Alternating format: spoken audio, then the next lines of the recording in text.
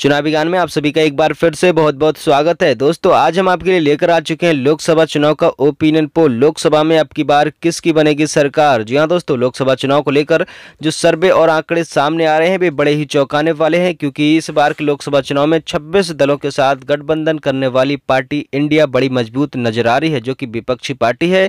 और जबकि केंद्र में भाजपा की सरकार है, देखा जाए तो इस बार भाजपा को तगड़ा झटका भी लग सकता है।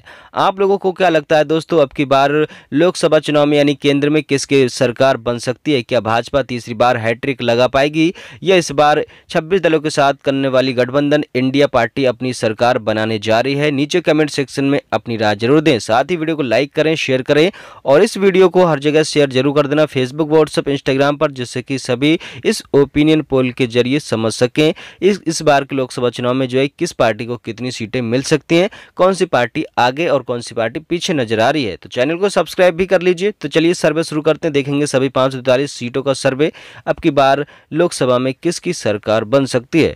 तो सबसे पहले बात कर लेते हैं दोस्तों, सभी राज्यों के बारे में जानेंगे। सबसे पहले बात करते हैं उत्तर प्रदेश की। उत्तर प्रदेश में 80 लोकसभा सीटें हैं और हमारी टीम ने जो सर्वे किया है उसमें देखा जाए तो इस बार भाजपा को जो है 48 लोकसभा सीटें मिल सकती हैं उत्तर प्रदेश में, जबकि इंडिया यानी 26 दलों के साथ गठबंधन करने वाली इंडिया को इस बार 32 लोकसभा सीटें मिल सकती हैं, क्योंकि उत्तर प्रदेश की सपा पार्टी काफ़ी मजबूत नजर आती है। तो सपा पार्टी ने इस बार कांग्रेस के साथ अपना गठबंधन बना लिया है और गठबंधन के साथ चुनाव लड़ने जा रही है उत्तर प्रदेश में। तो उत्तर प्रदेश में सबसे अधिक फायदा इस बार जो है भाजपा को होता हुआ नजर आ रहा है और उससे कम इस बार इंडिया को फायदा होता हुआ नजर आ रहा है। वहीं बात करें अन्य की, तो अन्य को जो है 0 सीट जा सकती है। अब आता है अगला राज्य महाराष्ट्र। यहाँ पर 48 लोकसभा सीटें। महाराष्ट्र में इस बार भाजपा को 38 लोकसभा सीटें मिल सकती हैं, जबकि इंडिया गठबंधन को इस बार 10 लोकसभा सीटें मिलती नजर आ रही हैं। अन्य के खाते में 0 सीट जा सकती है। अब आता है आंध्र प्रदेश। यहाँ पर 25 लोकसभा सीट आती हैं। आंध्र प्रदेश में भाजपा को 4 सीटें मिल सकती हैं, जबकि कांग्रेस पार्टी इंडिया गठबंधन को इस बार 3 लोकसभा सीटें मिल सकती हैं। वहीं बात करें अन्य की, तो अन्य के खाते में इस बार 18 लोकसभा सीटें जा सकती हैं। अब आता है अगला राज्य पश्चिमी बंगाल। यहाँ पर है 42 लोकसभा सीटें। पश्चिमी बंगाल में भाजपा को इस बार के चुनाव में 9 लोकसभा सीटें मिल सकती हैं, जबकि कांग्रेस गठबंधन इंडिया को इस बार 33 लोकसभा सीटें मिलती नजर आ रही हैं। दोस्तों, इस बार के लोकसभा चुनाव में जो है टीएमसी यानी तृणमूल कांग्रेस, ममता बनर्जी की पार्टी सबसे बड़ी पार्टी मानी जाती है पश्चिमी बंगाल की। तो ममता बनर्जी ने भी इस बार जो है कांग्रेस के साथ अपना गठबंधन बना लिया है और गठबंधन में जो सीटें निकल कर आ रही हैं वो इंडिया को 33 लोकसभा सीटें इस बार के चुनाव में मिल सकती हैं। वहीं अन्य को यहाँ पर 0 सीट मिलती नजर आ रही है।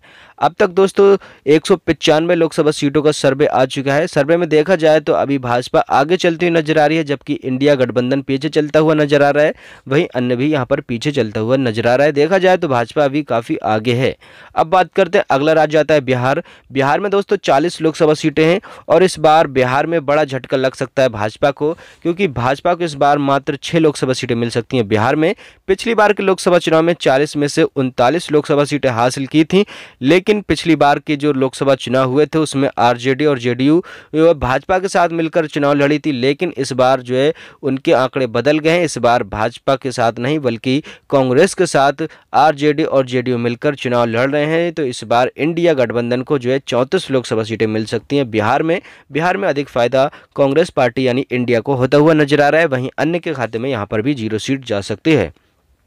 अब बात करते हैं अगला राज्य आता है तमिलनाडु। यहाँ पर 39 लोकसभा सीटें। तमिलनाडु में भाजपा को 9 सीटें मिल सकती हैं, जबकि इंडिया गठबंधन को इस बार 30 लोकसभा सीटें मिलती नजर आ रही हैं। अन्य के खाते में 0 सीट जा सकती है। अब आता है मध्य प्रदेश। यहाँ पर आती है 29 लोकसभा सीटें। मध्य प्रदेश में भाजपा को 8 सीटें मिल सकती हैं। कांग्रेस पार्टी यानी कांग्रेस गठबंधन को इस बार 21 लोकसभा सीटें मिलती नजर आ रही हैं। वहीं अन्य के खाते में 0 सीट जा सकती है। अब तक देखा जाए तो 303 लोकसभा सीटों का सर्वे आ चुका है, जिसमें से भाजपा को 122 लोकसभा सीटें मिल सकती हैं। वहीं कांग्रेस गठबंधन इंडिया को 163, अन्य के खाते में अभी 18 लोकसभा सीटें जाती हुई नजर आ रही हैं। अब बात करते हैं अगला राज्य आता है गुजरात। गुजरात में 26 लोकसभा सीटें।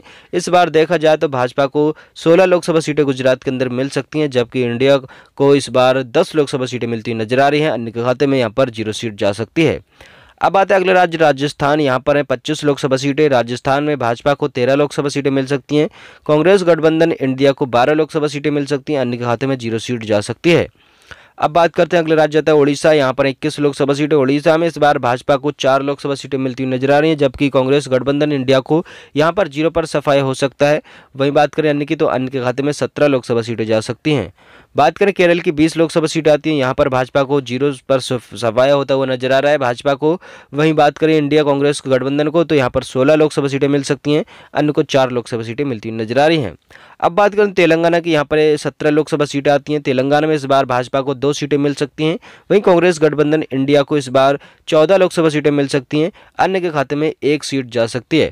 दोस्तों तेलंगाना में भी इस बार बीआरएस पार्टी ने कांग्रेस के साथ अपना गठबंधन बना लिया, जबकि बीआरएस पार्टी की जो है राज्य में अभी सरकार है और बीआरएस पार्टी राज्य की सबसे महत्वपूर्ण पार्टी मानी जाती है। इसलिए देखा जाए तो कांग्रेस गठबंधन को यहाँ पर भी अधिक फायदा होता हुआ नजर आ रहा है, जबकि असदुद्दीन ओवैसी की पार्टी AIMIM को यहाँ पर जो है मात्र 1 लोकसभा सीट जा सकती है।